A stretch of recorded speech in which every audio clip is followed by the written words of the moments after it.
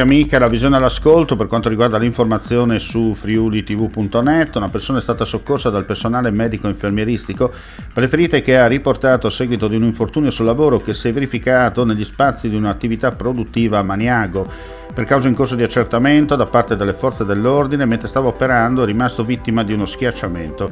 Gli infermieri della Sores hanno inviato sul posto l'equipaggio di un'ambulanza proveniente dalla città dei Coltelli e l'automedica da Pordenone. Hanno attivato le forze dell'ordine e i vigili del fuoco.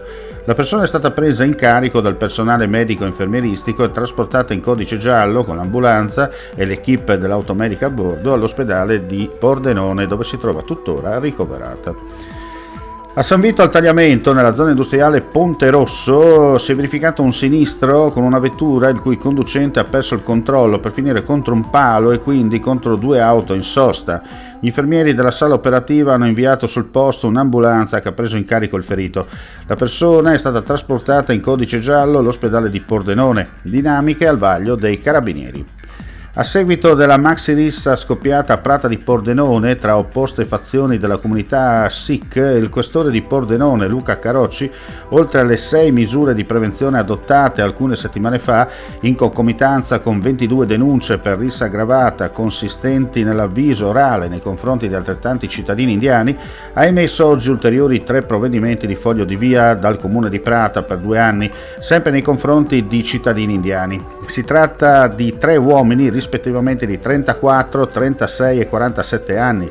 Le indagini della Procura proseguono per cercare di delineare ulteriormente la cornice di quanto accaduto nelle ore della rissa che il 18 settembre scorso ha coinvolto una cinquantina di persone e che ha provocato il ferimento grave di un uomo e quello più lieve di altre 7. Ed ora parliamo di edilizia e sentiamo le dichiarazioni dell'assessore regionale Amirante.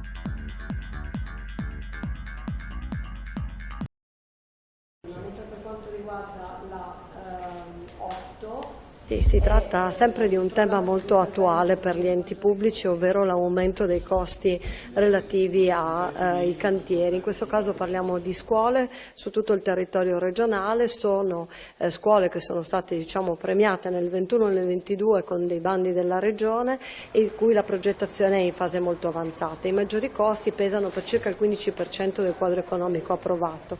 Abbiamo 38 milioni e mezzo che possiamo stanziare in modo tale da garantire a tutte queste 18 scuole di poter continuare con la propria attività. Siamo da Villa Santina a Pordenone, da Azzano Decimo a San Daniele, Gemona, Codroipo e poi ci spostiamo anche a Fogliano Re di Puglia per garantire dai 100.000 ai 600.000 euro in più nei quadri economici e poter realizzare finalmente scuole dalle materne, elementari e alle medie.